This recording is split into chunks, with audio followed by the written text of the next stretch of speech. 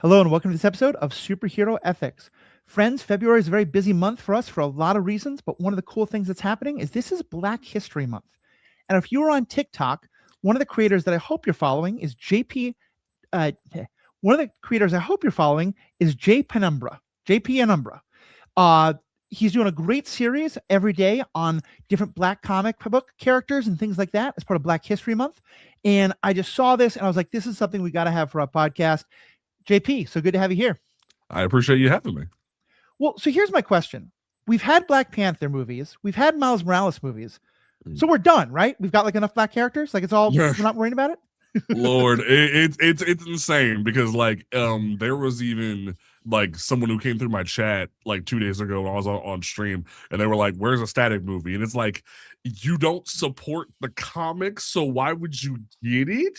Question mark. It's like it's an interesting dichotomy we're in right now, where it's like people want to see representation, but at the same time, the studios don't see value in it because they don't believe they're gonna get another Black Panther. They don't believe they're gonna get another Miles Morales. And in their minds, currently from Disney's perspective, Captain America Sam Wilson didn't work, but they sabotaged it in every way, shape, and form. Yep. So if anything, their metrics are skewed. And it's very weird because it's kind of the same thing that you see with comics right now, where like I had a great discussion with Joseph Illidge, like a well-known Milestone editor on my podcast last week, and he even said their evidence is skewed because they look at past metrics, but they're not educating about the pre-order system. They're not educating about how like how everything works when it comes to the comic book shops. They're not promoting more and using social media more. So they're saying, oh, well, you guys didn't support the last one, but they didn't know about the last one. And it ends up being a very interesting discussion. Yeah, this is kind of like saying, well, people clearly don't want women superheroes because they didn't go to Madame Web. Like Madame Web was a horrible movie. Captain America New World Order there were 8 million things that were wrong with it that had nothing to do with how much everyone likes Anthony Mackie as Sam Wilson. Exactly. It's very interesting because like they tried so hard to bury that, from the Israeli drama to the random shoving in of the Hulk storylines when they could have just did a Sam Wilson movie. It's very complicated. Yeah. And it does seem like today the studios are looking for every kind of excuse they can to say, well, no, it's not that there's any racism here, and we're certainly not thinking about racism of the fans. They just didn't want this, when, which is funny because Black Panther is still one of the highest grossing superhero movies, one of the highest grossing movies of all time. The Miles Morales Spider-Man movies have been incredibly successful. And so one of the things that I like about your stream is, I'm not really a comic book guy. I'm mostly I care about when it gets to the TV, but I do know that one of the things that gets these things to the TV screen, to the movie screen, is when there's a big following. And you're talking a lot about how we need to be doing more to build those followings of characters of color, particularly Black characters, but also I know you care about all kinds of other characters that don't get seen a lot.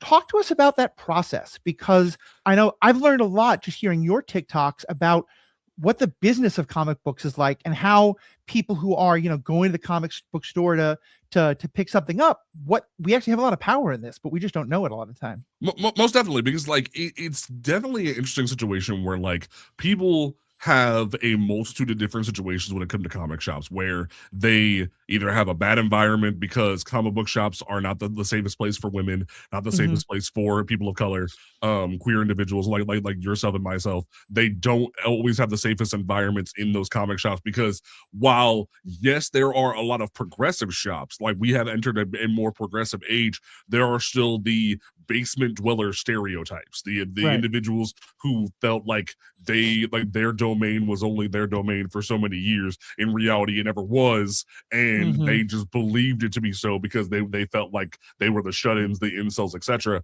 So that creates a different situation in that right. But then you look at how comic books are using such an archaic system where for years it was just oh, we're ruled by a monopoly. Diamond Distribution was a monopoly that controlled the comic book industry for decades because back in the 80s and 90s, Marvel and DC and all these different publishers messed up how they were doing distribution. Marvel even tried to buy a distributor and it burnt down, and they went back to Diamond, like hand open, like, please help us. So everyone just kind of dealt with having one distributor for so many years, and even to the point they were like telling the government, please don't look into this. It will ruin the industry. Don't do this. But then Diamond declared bankruptcy right when COVID hit, and that forced everyone to have to figure out what they were going to do next. But even now, it's the same system that it was previously, where you have to go onto a website, pre-order all your books. So when you walk into a comic shop, you walk up to the shelf, pick a book off the shelf, that sale has already been counted. That sale has already been considered, because it's the same thing with like bookstores and magazines and whatnot. It's the same process, but it's not changing. Right. And that's creating a very interesting situation where, yeah, sales exist, but those sales only have been counted because the comic store ordered what they thought they were going to like get. Right. So like you'll hear different comic book store owners say, oh, I ordered one of such and such character, and and then however many for my subscribers that subscribed to that book, and I put one on the shelf. And it's like, then you look at a book like Batman, where obviously Batman's going to have 10, 20, 30, etc. So Batman's going to have plenty on the shelf. The most recent comic book event will have like books on the shelf, but even we saw last year, Green Arrow was canceled after starting out as a miniseries.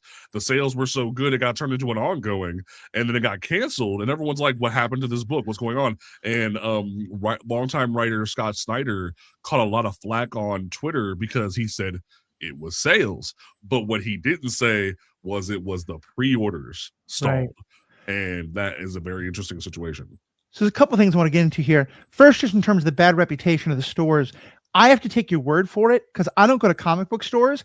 I go to stores where I play Magic the Gathering on Friday nights, and those are just oases of goodness for, people of color and women. Are you sure about that? I'm being very sarcastic here.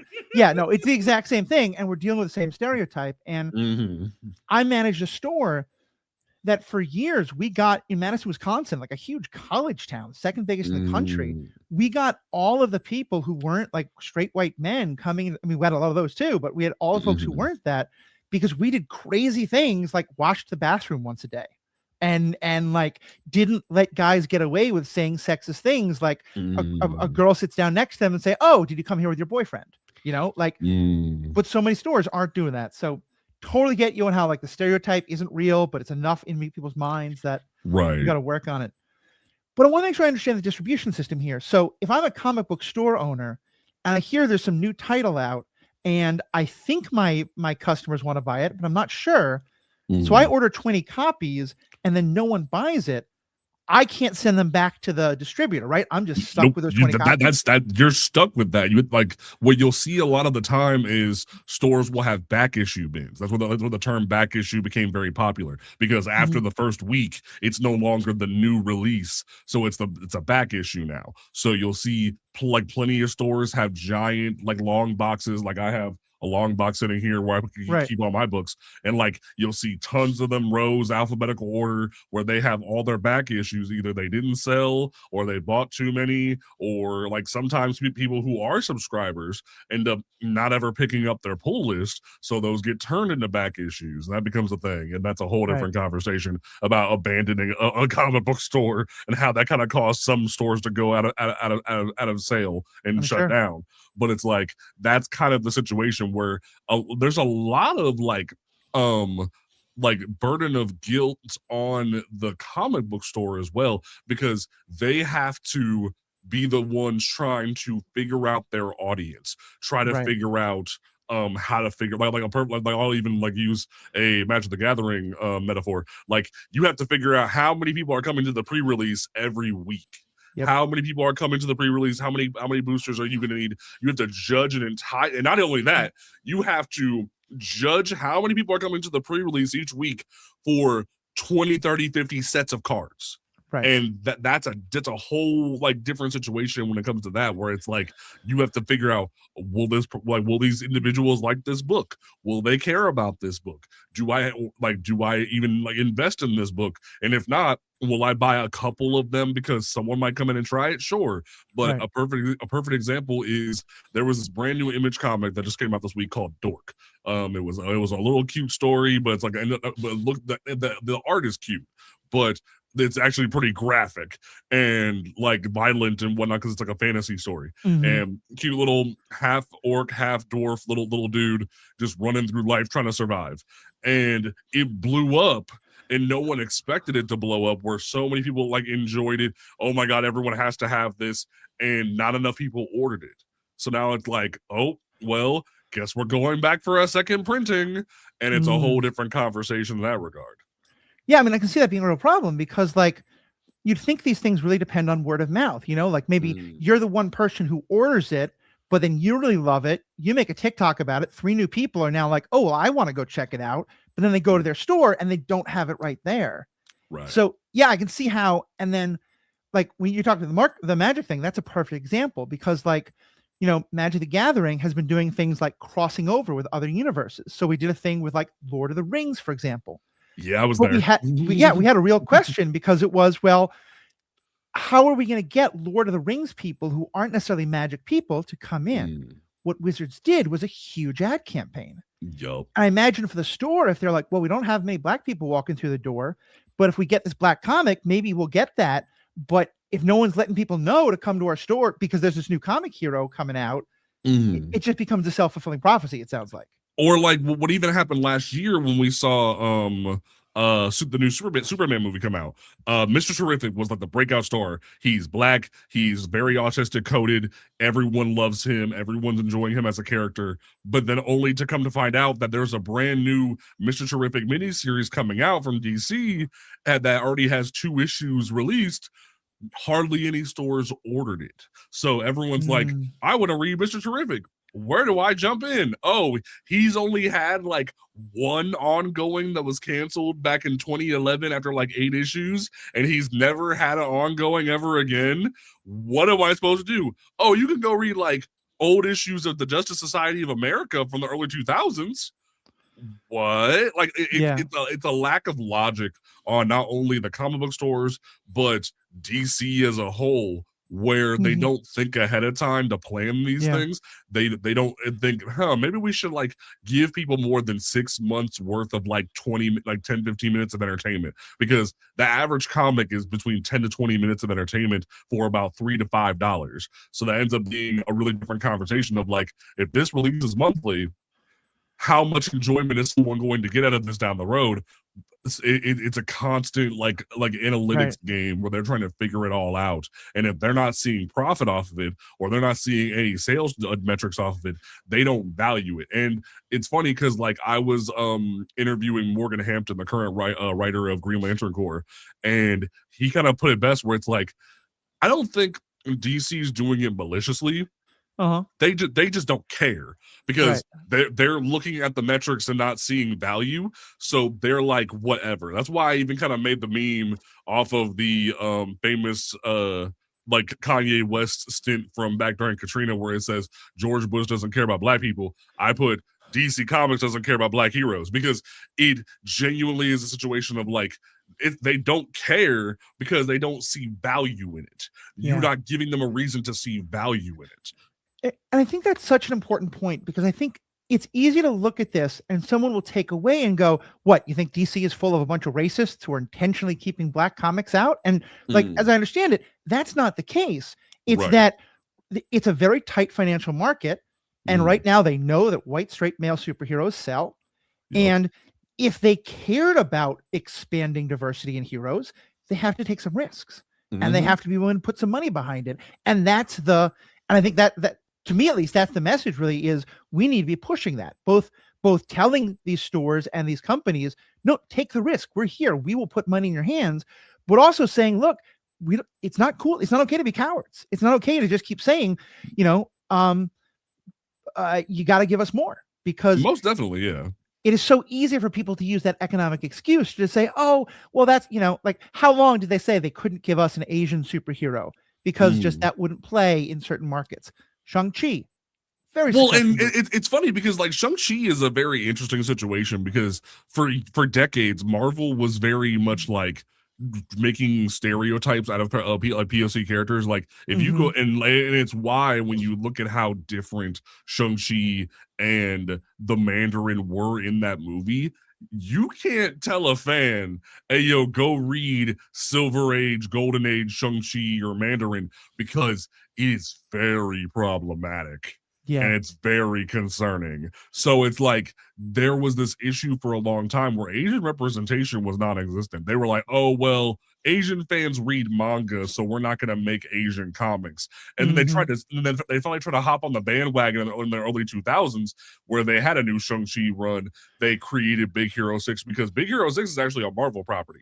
They gave that to Disney because they were like, "We don't want this. Going to do what you want," and they like reformatted it into a whole new thing to where it's a Disney property now. If you look at Baymax in the comics, Baymax looks like a freaking like a transformer more than he looks like a bundle of jello. He's And not it's so cuddly. funny. Yeah, no, Yeah. he's not cuddly at all. So it's very interesting to see how that happened to where Marvel didn't see value in the property because they saw no Asian fans giving a crap. And it got to a point now where you see things like Marvel Rivals or even the different mobile games like Marvel Future Fight or things like that, where NetEase and Netmarble came in and was like, y'all Asians characters suck.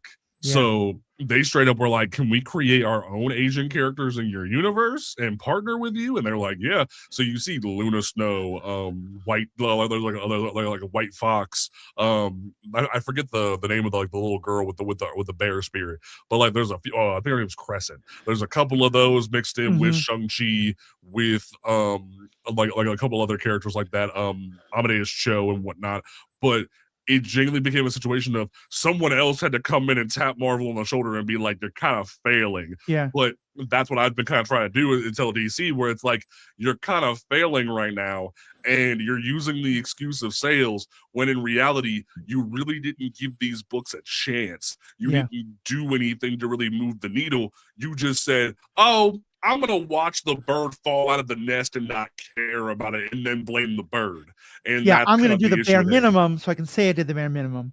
And Exactly. you're right. It makes something like Mr. Terrific feel all the more important because, you're talking about like going back to the problematic history. I remember when Luke Cage came out, the show, which was fantastic.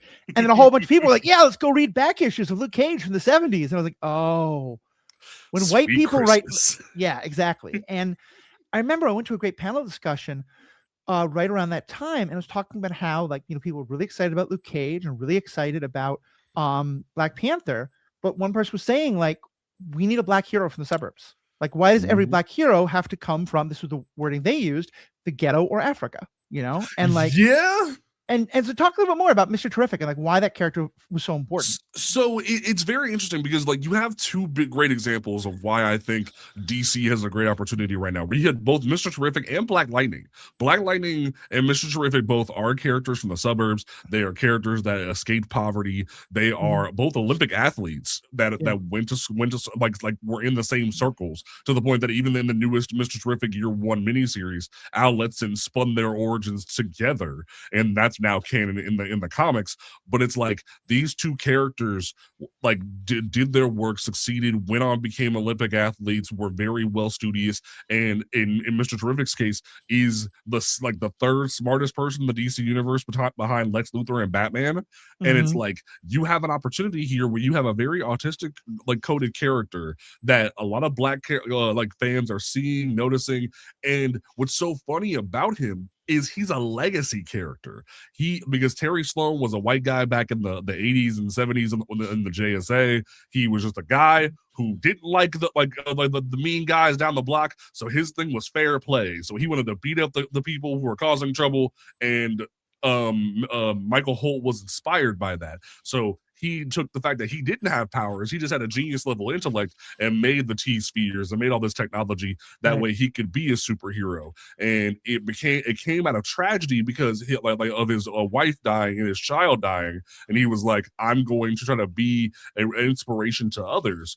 But in the case of Black Lightning is the ultimate success story because he came out of the ghetto. He came out of the ghetto, like went to be an Olympic athlete, and then came back to his hometown and tried to save it from the problems. And that's Right. why he is a school teacher and is like in the trenches of it, rather than just being a ghetto-based character that's a stereotype like Luke Cage. He was created in a way to basically give, like, quite frankly, like representation to Cleveland, because his creator is from Cleveland. And genuinely, the story of Black Lightning is always hilarious to me, and not everyone knows the story because Jenny Isabella was like, she created Misty Knight, who was seen in Mhm. Luke Cage. She created Bill Foster, Goliath, and she was asked by DC to come on, and she straight up was like was presented this pitch for a black character. The pitch was, it was a white guy who at night would turn into a black guy and he would go fight crime. What? And this was Got a this Rachel was Ranma one half? literally it was in the 70s. It was 1975. He like she was presented with this idea, and she straight up said, you will literally ruin your company if you do this. So she had another collaborator come in, and they, like, who would do the art, and they worked together and created this character who is pretty much the exact opposite of this. And you would think this character could be the ultimate representation of giving black folks more, but for some reason he hasn't really stuck. And next year is his 50th anniversary, and DC doesn't care. DC gave him Oh, a that 5-issue miniseries last year, and it was short. And the Yeah. writer, like Brandon Thomas, was on Twitter saying, "Hey, pre-order this, please pre-order this," and no one was paying attention, and Yeah. that caused a big issue. Well, and that's interesting because, and I don't know where you stand on this, but one Mm. of my biggest entrees into DC was the Arrowverse, which Mm. has some good things about it, has a lot of bad things about it. That's But I very will fair. say it introduced the two characters we're talking about, but Yes. both towards the end of the runs. So we did have a Mr. Terrific who came in and was a lot of things you're talking about. He was actually explicitly gay in the show, which was, even more kind of awesome to see. But he's Yeah. also a sidekick to Arrow. Yes. And also it's in the later seasons when they're sort of like, plot? What plot? Let's just write whatever the hell we Right. want. And then Exactly. also they did have a Black Lightning TV show, which I think ran for a couple seasons. It ran for 4 seasons, yeah. And like the biggest issue with that Black Lightning faced was there was no content to make a show out of. Because when the show was coming out, he had less than 30 issues of a solo series, because he had 11 in the 70s, he had, I think, 13 in the 90s, and then nothing. And then Yeah. they gave Jenny Isabella a mini series when the show was coming out that was 6 issues, and that was it. And they're like, they kept taking things from when Black Lightning was a part of the Outsiders to supplement it, but it got to a point where they basically sped run Arrow, where they ran out of content so fast that they were just making stuff up, and Yeah. it became a detriment to where they genuinely had nowhere to go with the show. Yeah, because I remember the first season seemed this really interesting thing, especially with his daughter perhaps becoming a hero, and like you were doing all this great stuff, but yeah, it just sounded like it petered out. That's unfortunate. Yeah. Plus, I think also it started in what, year 8 of the Arrowverse, year 9, Yeah. when because Arrow and Flash were starting to really struggle, I think a lot of people were kind of turning the whole thing off. Most definitely. And then you even had Naomi, which was a show that came a few years after Black Lightning, right when all the Crisis stuff was going on. It didn't end up being connected to any of it, but it was still a DC superhero show. Naomi is a character that was created by Brian Michael Bendis, like when he came over to DC, that was supposed to be another great black, like young black character to supplement like the lack of diversity and whatnot. But they greenlit a TV show for her only after 6 issues, because Ava DuVernay, a well-famous director, just liked the concept.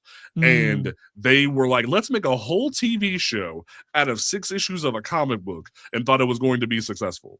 And I the minute they announced it, I was like, that's going to be canceled in less than 6 months. And I was right. Yeah, that's unfortunate. So let's talk about this project you're doing for Black History Month. Why? Yeah. Why? Tell me about kind of the genesis of this project. So honestly, it straight up was just like I didn't plan it, and it ended up being just kind of off the cuff. Where I was like, you Mhm. know what, I'm gonna just have fun with it and just see how far I can get. And I'll admit, even yesterday, I was kind of tired, and I got home from my day job and was like, I'm gonna supplement a video from stream, and that'll be day 12. And it was very much like I had no energy, but it was like, if anything, I'm gonna try to like introduce some people to some characters, introduce some people to some creators. Like today is like normally favorite cover Friday, and like I was gonna Mhm. do like I have a cover of a video before, like once we're done with this, where it's just like showcasing an artist but showcasing a story that I really enjoy, plus it ties into an interview that I'm dropping on Tuesday. So it's just trying to give people the ability to showcase characters they care about. And that's a big issue that we notice currently, is that people say, oh well, there's not enough of these characters. It's like, well, I'm gonna show you stuff. And there was even an Yeah. opportunity where a indie company, Next Up Comics, sent me a like brand new black character they created, Pepper Piper Monster Hunter, and I was like, I'll showcase that. And like I'm even doing a video on Saturday after I get a tattoo, where I talk about like a character from James Tynan's universe, Something's Killing the Children, that's a black queer character. And it's just like trying to talk about the things that matter and like introduce people Yeah. to these stories they don't know about, because you can't say if you don't know about it if I don't tell you. But it gets to a point where it's like the old like metaphor of you can lead a horse to water, and it's like I'm gonna get you all the way to drinking, and if you can't Yeah. drink it, that's on you. That's kind Yeah. of my motto with it. Yeah. I mean, you're really doing the marketing that we want DC to be doing. Like it's so funny too, because I even posed that to Joseph Village last week, where it was like, you would think that all like, because there was this great thing they did back in the early 2000s called DC All Access, Mhm. where they had Jason Inman, and I forget the young girl's name who would do it alongside him, but they were on YouTube interviewing creators, talking about storylines, giving like little synopsises of characters and whatnot in weekly videos, and talking about like new news that was coming up. And it's like, you know how many creators DC could look to do that kind of content for free? There's a great young lady on Instagram and TikTok, Sammy DeMonster. She does videos and publicity for James Tynan's imprint, Tiny Onion, when it comes to like Boom Studios and Image Comics. And she is just pumping out content for them and talking about that awesome stuff. But it's like, what if DC actually looked to creators like me, like yourself, and actually try to say, let's actually utilize this like marketing that's out here and care about the things that are going on. And you can kind of see that some of the other publishers like Ignition Press, Image, and whatnot are Mhm. trying to do that. They're even trying to let people know when final order cutoff is, which is like you have 3 weeks before a book comes out to where we Right. finally cut off orders for the book, that way we can process and get them shipped and whatnot. And that's been a big thing of letting people know when FOC is. That way, you know when you have your Yeah. deadline to order a book. And that's been progressive, but it's like it's not enough, because you think you would have figured this stuff out 10 years ago when And the like thing is, Vine was a thing. other industries do this. Like we've talked about Mm. Magic the Gathering. Part of how I Mm. know when do I want to go to my store and say, let me pre-order a box of this, is because the reviewers I care about have already gotten some of the cards. Right, there's The preview cards, There's freaking previews, there's Wizards reviews. of like Wizards is sponsoring game nights. Like there's so Yeah. many things that people I are doing. Why haven't we figured this out yet? I have an interview coming up where I'm interviewing an author of a book on manga that hasn't Mm. been published yet. Because the whole Yeah. point is so that people will see she's on a media tour. People will hear Mm. about the media tour. I'm guessing I'm one of the smaller stops, but still, maybe Mm. one or two people. Here's my thing, pre-orders it. So it seems, Right. why in the world wouldn't they say, let's go find 5 people who are talking about Black comics, and we'll give them a pre-copy so they can talk about it and help drive sales. Let's find Well, some like of the women who are creators and send them like our newest version of Wonder Girl or whatever the heck it is. right. And it's so funny too, because like there was a time during the pandemic where it felt like a bug got into DC, and they were trying, because they had these like digital comic cons called DC Fandom, where they would announce certain things and have like little Mhm. panels with different creators and actors and whatnot. But it was like because we're locked in a house, so we can't go anywhere. But they didn't learn from those experiences in a digital age where they could do more with that. And it's like, do you know how cool it would have been if you would have been like, hey, yo, let's learn from these things that we're doing, these collaborations, and modernize it for now? Because Yeah. you could be telling people, hey, this is at your local comic book shop. This is like coming out this week. Like I sat with the social media manager for Image Comics last night on stream, and we were talking about what books are coming out, what great things are coming out this way. And I want to do more with that. I want to be able to work with DC and Marvel, etc. And the thing is, Marvel's trying. I will give Marvel this. They're like sponsoring different creators sometimes to pimp Marvel Unlimited, which is their digital reading application where you can pay a subscription and read a bunch of back issues and whatnot, which that's cool, but they need to do more.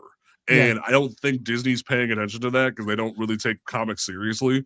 But it's like, genuinely, if DC would push more, because DC was top seller last year, they moved finally the needle far enough to where they're the top seller, and then Indie's creeping up on Marvel's butt because Indie is a new avenue that you see Image, Boom, Vault, etc. Yeah. All these different publishers coming in and saying, hey, we have fresh jumping on points, fresh like characters and stories that aren't superheroes that you can read right now. And you see a lot of fans who just want to read a book, not just a superhero book, clamoring for this. Oh yeah. I mean, this is over in Marvel, but with a black lead. The show that came out, Wonder Man, we've done episodes about it. That is not a superhero show.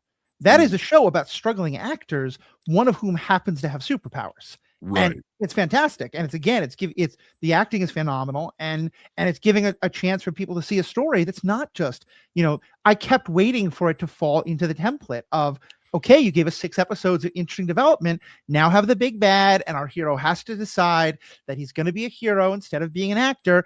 Instead, he only uses his powers to help his friend, and that's it. He's an actor. He's not a superhero. Go a little bit further there, though, because I want to ask about.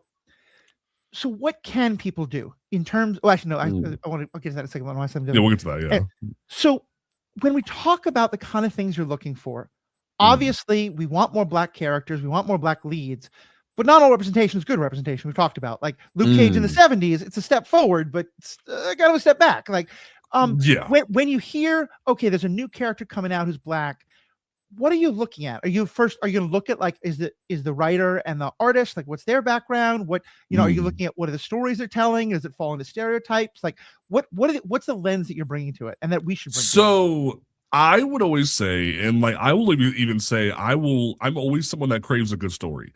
Even though I'm a big proponent of making sure there is representation, and I love a story that showcases representation, I am somebody that says, hey, if a character is black, I'm going to resonate more with it.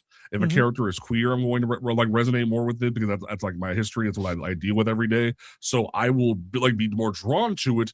But if you put a book in front of me, I'm probably going to read it. Yeah. And that's how I very much am. And I will definitely be more like very transparent about that I will always be down for a good story. Do I have my favorites? For sure, obviously. Yeah. But when it comes to the black lens, I will always say, and it goes back to a video that I saw a few weeks ago where there was straight up a dude who was like, you kind of need to bring like the hood in sometimes with it, where it's like you have those characters that can represent like the culture and represent different things. But I truly do feel like you need a black perspective to write that.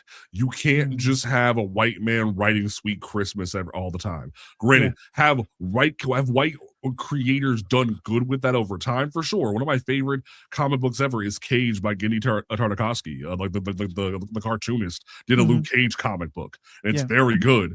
But like, that's a dime a dozen compared to what should be there. And it's like, if you actually give black creators the room to tell their own stories, you get, sometimes it may not have anything to do with like racial injustice or racism or things of that nature. Sometimes it's just gonna be a story. Like there's just like a whole pitch I saw for someone who wants to do like a demon hunter story. No racism, no nothing, no police brutality, nothing. Just like an old black dude from the South fighting demons. I was like, that's a great idea. Let's do that. And sometimes you need that kind of like escapism from real life, but sometimes you need to showcase the realism of it. And that's why there was even a buzz on social media this past week where there was a like the biggest comic book YouTuber straight up said he didn't enjoy or read Milestone because it was just black politics. And it's like, Mm, that tells me you didn't actually read it, because when you sit down and read Milestone, the history of Milestone, not only is it not just black comics, it's diverse comics. It was founded and created by black staff at first, but right. they had plenty of like Asian representation, plenty of LGBT representation, but they made sure to showcase everything, not just the cishet white males everyone else had been reading for decades. Right. And that's where the narrative shifts when you actually look at Milestone from the correct lens, where yeah, Static is a young dude who grew up a little bit in poverty. Mom's working the night shift, dad's trying to make ends meet, and like he's going to high school with average kid problems. He's supposed to be a more modern, realistic take of Peter Parker. He's Yeah. supposed to be what we're really seeing there. Or Hardware, Curtis Metcalf. He is somebody that is plucked out of poverty by a rich white man because he sees he has a Tony Stark level intellect. And when he grows up and realizes the white man never really cared about him, he then like conspires to ruin his entire company because of what he did to him. And then Yeah. that converts him into being a superhero once he does get his revenge.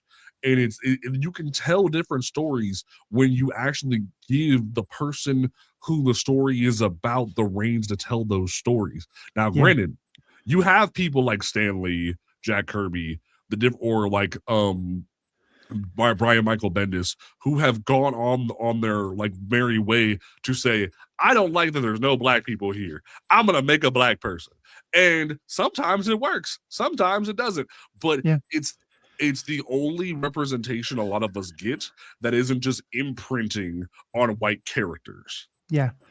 And that feels so important. And that where I think it becomes so important that you're doing both the, that the writer is representing the experiences that you have, and also that because no one character is just one thing, when you are writing about things that aren't your experience, you're asking about them, and Yeah. like Misty Knight is a character who I know a lot of women feel very represented by her, and that's awesome. I know a lot of black folk who feel very represented by her. That's awesome. I'm an amputee. I use a prosthetic. I am in no way represented by her. Her experience makes no, whereas like Echo, in part because the actress is herself an amputee and set up, had a lot of input in the writing process. That's a character I can look at and go like, I'm not native, I'm not a woman, but like I understand her experience, Now, Misty Knight, yeah, she has a prosthetic because it's a fun comic book gadget. I don't expect it to be. But it's one of the, it gives me that insight of like, this is why it's important to have the writer from that experience, or at least be asking other people, like bring other people into the room for that kind of thing. Or like even if your lived experience, like I'll even take it back to Jenny Isabella. Jenny Isabella is a trans white woman from Cleveland who just grew up like before transitioning in a society where like she was always around black folks. She was always around black folks. So she had a authentic experience. She would ask people questions. She didn't just assume stuff and make things up like Sweet Christmas. She actually put the effort in to give people representation and not just be a stereotype. She actually put the effort in to make Jefferson Pierce feel authentically black. Yeah. And that seems so vital, And so, okay, so for the average fan now, we're hearing this, a lot of my fans, as I said, are more on-screen people, but still care about the comic books as well. And I think as you're kind of helping tell us, if you want the character to appear on screen, you got to go back up the stream somewhat. And if you want them to appear on screen, you have to go upstream somewhat and get them to have comic books first. If I'm going to walk into my comic book store tomorrow and say, hey, who are the people I should be asking about? Who are the black characters or black writers that are coming out right now or that could be coming out soon that I should be saying, hey, if you put this on your shelves, I will buy it? Okay, so like one great thing that I always tell people is that like there's a great tool that DC has rolled out over the past few years called the Compact Edition. They're taking stories from their catalog that are their biggest hits or what they view as big hits because some sold well. There's some debate about like what Wonder Woman books were picked or what Batman books were picked, but like what sold the biggest numbers and what they saw value in to Yeah. put in little 10-book little compact editions, kind of like when you go to like an airport, you see a little small book, kind of like that. It's like the idea, like it's cheap, it's less refined versions of these Mhm. stories that people can pick up and just like take home. There's a great one that it takes place in the Milestone Returns universe for Static. That is a great one that anyone can pick up and find a good black story. That was from 2021. Anyone can enjoy that. There are some awesome indie creators out right now from Image, from Boom, from Vault that are putting out great work. If you're a horror fan, I just got this in the mail the other day. Philadelphia by Rodney Barnes is literally one of my favorite stories of all time. It's Mhm. what if Tom like not John, what if John Adams came back after like being president, and after him and his wife went on an excursion to the to Africa, they came back with vampirism and infected the whole world, and that becomes a whole damn thing in its own Wow. right. Or there's a great book out by Stephanie Williams at Ignition Press called Roots of Madness, where it spins the idea of Madam C.J. Walker and turns her into an alchemist, not just a chemist. And there's certain things like that where you can find magnificent stories out there. But the primary thing when you walk into a shop is just like, as long as you walk in and like the comic book store owner isn't just an asshole off rip, Mhm. don't be afraid to ask questions. Don't be Yeah. afraid to be like, "Hey, I'm looking for this," or "Hey, I would like this kind of character." And if they can't give you the answers, don't be afraid to reach out to me. Don't be afraid to hit up my comment sections. There's plenty of creators that I share all the time that share all these different books. Marvel is constantly putting out different things. Like they have a Storm miniseries going on right now, Black Panther Mhm. miniseries. Miles Morales just had a great 4-year run of comic books, so that he had an ongoing. Like there's books out there that you can find. When it comes to creators, there are some amazing creators that are making books right now. Like I said, Ronnie Barnes, Stephanie Williams, brain farted real quick. There is great like individuals like Brandon Thomas that are doing indie stuff right now. David F. Walker has done great. David F. Walker just put out like a brand new graphic novel, not just a comic book, but a great graphic novel that did a retelling of John Henry. Like there's a lot of great books out there that you can find. And also, there's just really good books that you can find on TikTok right now. There are great indie creators making books on TikTok that you don't even necessarily have to go into a comic shop. You can buy it off the TikTok shop and support a creator right That's now great. if you Yeah. want to. So like but the biggest thing when going into a comic book shop, not even from a black perspective, but from like a queer perspective or a women perspective, don't be afraid to ask questions, Yeah. because so I know for a fact there are a lot of comic book shops these days that actually employ women, like employ like queer individuals. Mhm. That way they can get authentic stories in their hands. My big sister Mary worked in a comic book shop for years, and it got to a point where she was recommending books to a girl one time, and it saved her from like ending her life one time because Yeah. she finally found representation. And it got to the point where like a popular comic book website did a story on it, and then DC found out, and then DC had all the characters from the CW send her gifts and whatnot. So like sometimes you can make an impact by just asking some questions. Don't Yeah. be afraid to look for what you want to see out there. And that's so important. And I think the thing, especially about like who's working at these stores, because I talk a lot about the magic stores, and frankly, like Mm. there's a lot of overlap. Like most game stores and card stores are probably gonna sell some comic books, and most Oh, for comic book sure, yeah. stores probably have some magic events. And Mhm. you know, 10 years ago, a lot of those stores, the margins were big enough that you could be an old boys clubhouse and Mhm. basically have a no girls allowed sign, and like a lot of Yeah. and you could do it. The margins aren't good enough anymore. You need every single customer. And yeah, I guarantee you that any shop that's been open for more than a year, that owner, if you don't have a way to give them money, they want to find a way so you can give them money. So tell Mhm. them what you give them money for. Almost definitely. Like it's to the point where like you said, there's a lot of overlap. I'm lucky that I'm in a larger city. I'm in Akron, Ohio, where like I have 3 comic shops within spitting distance of me. I have a game store within spitting distance of me. Neither the game store is only a game store, but like they have everything in there when it comes to like Yeah. Magic, Warhammer, all that stuff. But then if I go like 30 minutes one direction over by the college campus, there's a comic and game store Yep. combined into one, where like a lot of stores have found you have to do overlap to survive, Oh or yeah. like or like some game stores and some comic book shops will become a Funko Pop hell where they have to like have those to survive because those move the margins. So it's like it's to the point now where you can't just be one or the other. You have to be both sometimes, or multi different platforms, because otherwise you're not going to make enough overhead to survive. Yeah. Now, we're talking about walking the comic stores, which Mm. on a podcast like this, I've probably got one or two listeners who find that idea a little bit socially uncomfortable, myself Mm. included. I know that there are ways to like pay a subscription fee and read Marvel comics online or read Mm. DC comics online. If I'm doing that, like, are they tracking that I'm going to the Mr. Terrific stuff so that they can keep track? Like, So it's complicated because I have had conversations with 2 different writers over the past few months that have worked for Marvel Unlimited, which is the Marvel based platform that the Disney created to read older comics and whatnot.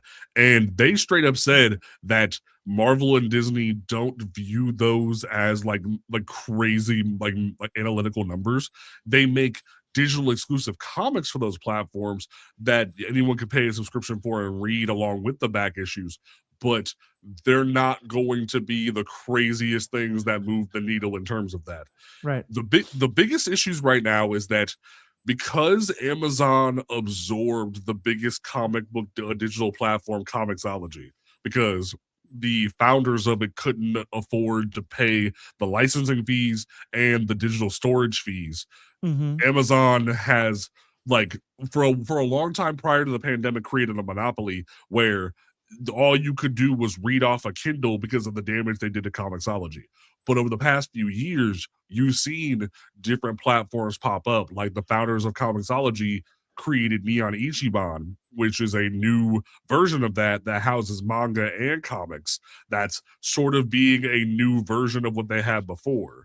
But then you look at Sweet Shop. Sweet Shop is a brand new comic platform that is in beta right now. I interviewed the creator of that, and it's trying to be a more creator focused, creator catered to platform, where not only have they created a comic book creator link tree system, but Mm-hmm. they've also created a new digital platform where they actually care about the publishers, care about the creators. They want to partner with comic book shops. That way you can like do like Oh, an that's so affiliate good. code system. Yeah, right. Mm-hmm. And like where you can do an affiliate code system and like support your comic book shop while also paying for your books. Because Comixology used to have a system like that where you would go to like Comixology.com/Rubber City Comics is where I get my books at.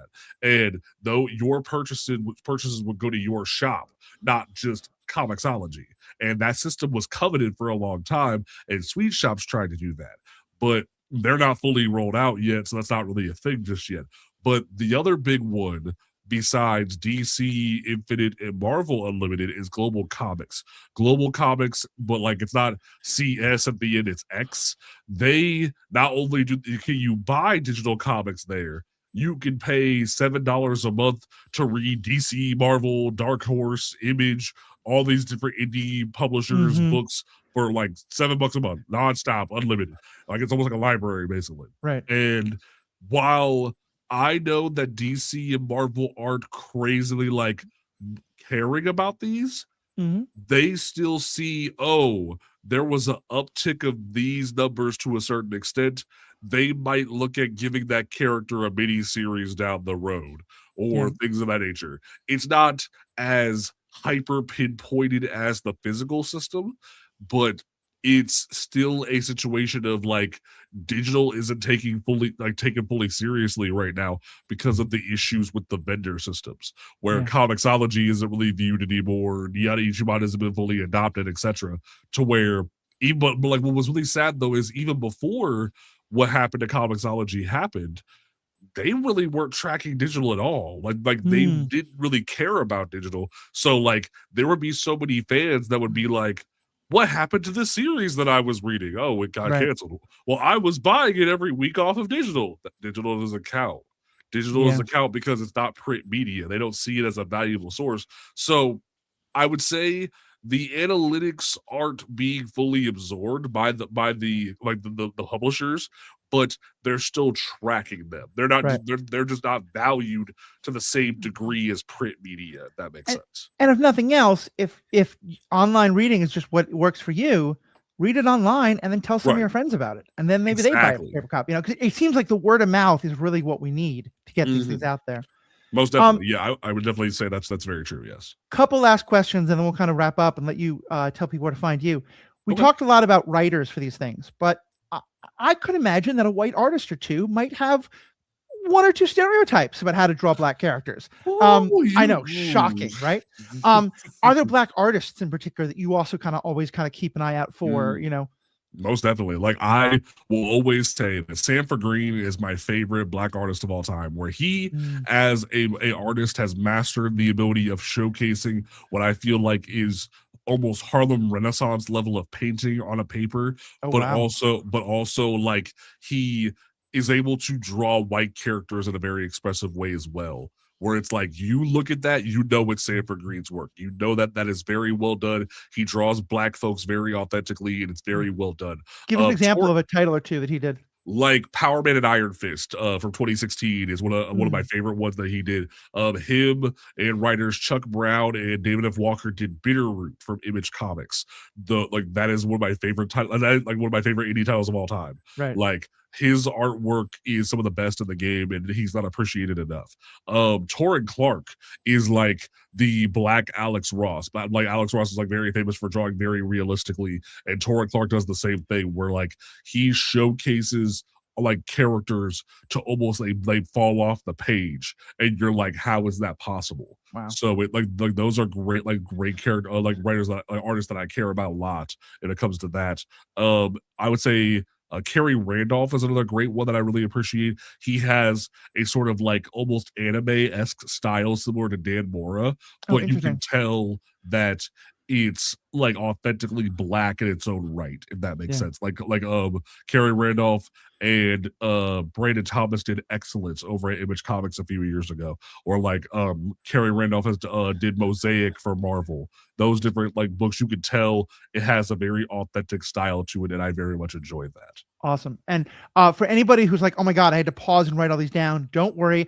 I'm Mhm. going to go through all this, write down all of this, and put all these names in the show notes so you can find them. Nice. I am going to finish up, though, with two on screen questions for you. Sure. First of all, one of my favorite black superheroes growing up was Jon Stewart. And no, I don't mean obviously the comedian, but Green Lantern from the Justice League. And now we're going to be getting a TV show with him starring Aaron Pierre, who a lot of people may not have seen. He was in Rebel Ridge, which is just phenomenal. And again, a really interesting take on kind of the role that people expect a black hero figure to take. But his approach to violence and nonviolence is really awesome. How are you feeling about that show coming out? I am conflicted because not only was there a big discussion in the black comic community about the fact that while Aaron Pierre is a very talented actor, he is much like myself, very light skinned. And the Mm, issue at hand is that like we have always very much seen Jon Stewart being a darker skinned black man.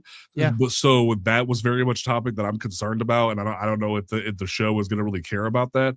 I'm also concerned about the fact that like I have a long time beef with Green Lantern Hal Jordan, and they've casted him in the show, and they're making this like a buddy cop thing, and I'm Hmm. like, I don't like that. I would rather just see John showcased on his own and more so. Hopefully, it ends up being more of a passing of the torch thing as the show goes on, but that's been frustrating. But also, there's just been a lot of like racism in the community from a lot of alt right idiots who assume that they don't realize the dude on screen is Hal Jordan. So they're like, oh, Green Lantern's supposed to be white. I'm like, shut up.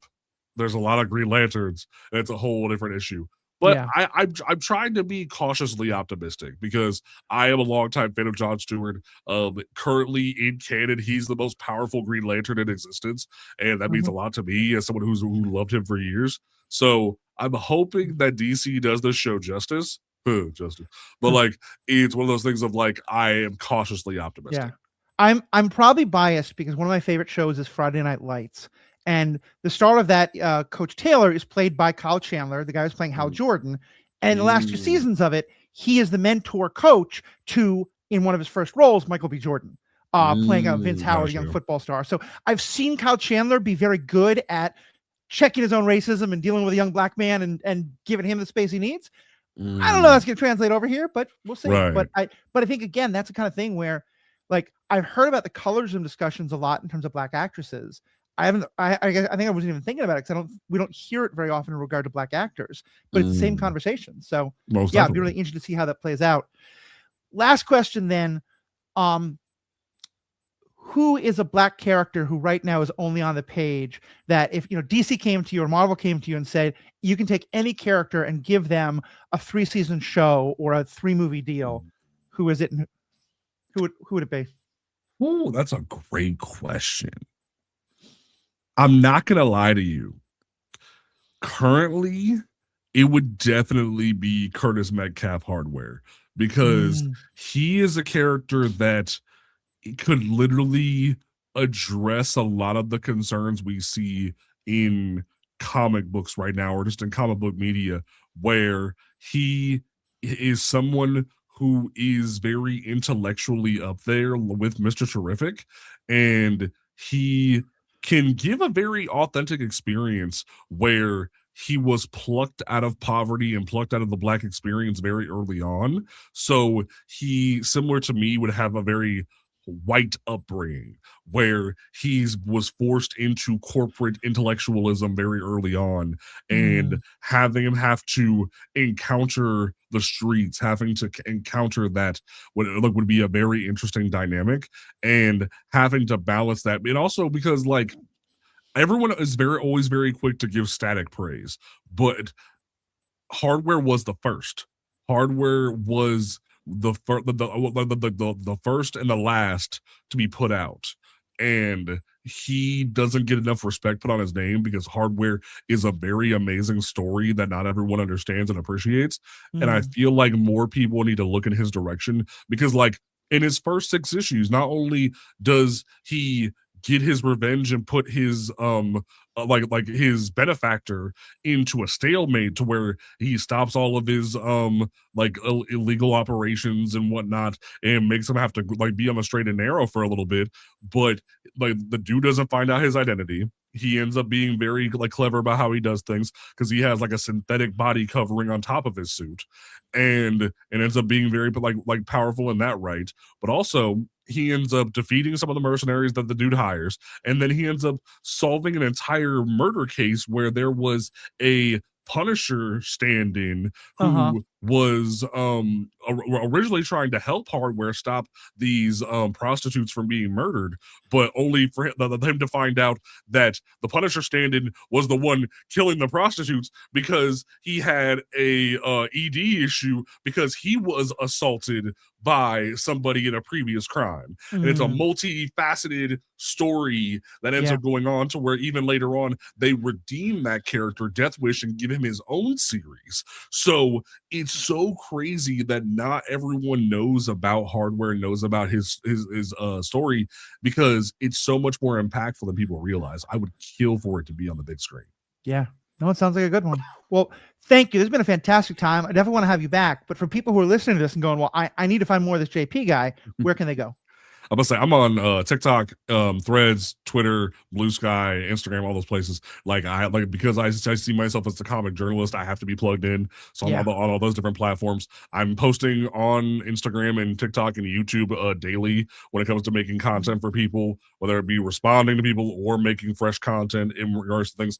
My podcast, Comics Unmasked, is a weekly comic podcast where we talk about the different things going on in the industry, and we also interview different creators almost on a weekly basis at this point because people keep like offering or agreeing to be on interviews. Like we're even interviewing a well-known novelist, and he's gone on to write a new book for Vault Comics called Nectar. So that's gonna be Nice. really exciting in the next few weeks. So you know, like I'm like you can search me at JPenumbra on socials or look up Comics Unmasked, and you will find us.